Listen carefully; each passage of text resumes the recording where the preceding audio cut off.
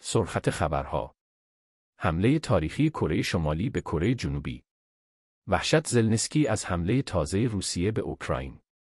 سلام، خوش آمدید با کانال واشنگتن نیوز. برای باخبر شدن از داغ‌ترین خبرهای جهان و منطقه، کانال ما را دنبال و سابسکرایب نمایید.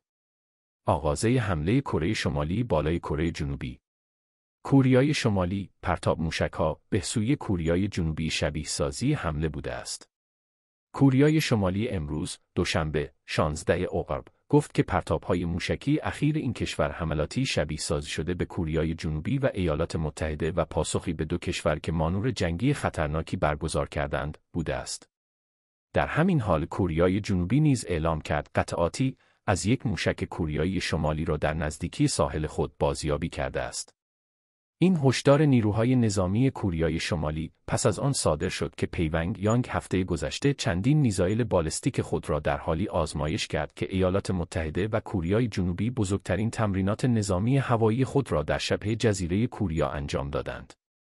که هفته گذشته کوریای شمالی در پاسخ به مانورهای هوایی کوریای جنوبی و ایالات متحده چندین موشک از جمله یک موشک بالستیک قاره‌پیما و صدها گلوله توپ را به صورت آزمایشی به سمت دریا پرتاب کرد.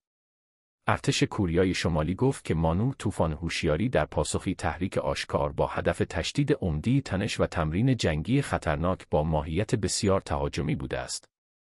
ارتش کوریای شمالی اعلام کرد که فعالیت‌هایی را برای شبیه سازی حملات به پایگاه‌های هوایی و هواپیماها و همچنین یک شهر بزرگ کوریای جنوبی انجام داده تا تنش جنگی مداوم دشمنان را در هم بشکند.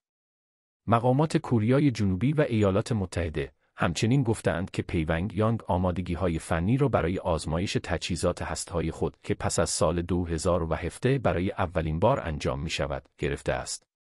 وحشت زلنسکی از احمدعلی حمله تازه روسیه به اوکراین. ولادیمیر زلنسکی، رئیس جمهور اوکراین، در آخرین اظهاراتش از حمله گسترده قریب‌الوقوع روسیه بر زیرساخت‌های انرژی کشورش هشدار داده است. گاردین گزارش داده که رئیس جمهور اوکراین اواخر روز یکشنبه، 6 نوامبر، در یک سخنرانی گفته که روسیه در حال تمرکز روی نیروها و ابزارهایی برای تکرار احتمالی حملات گسترده بر زیرساخت‌های انرژی اوکراین است. در همین حال، شهرداری کیف، پایتخت اوکراین، از ساکنان این شهر خواسته که در صورت قطع برق، پایتخت را ترک کنند.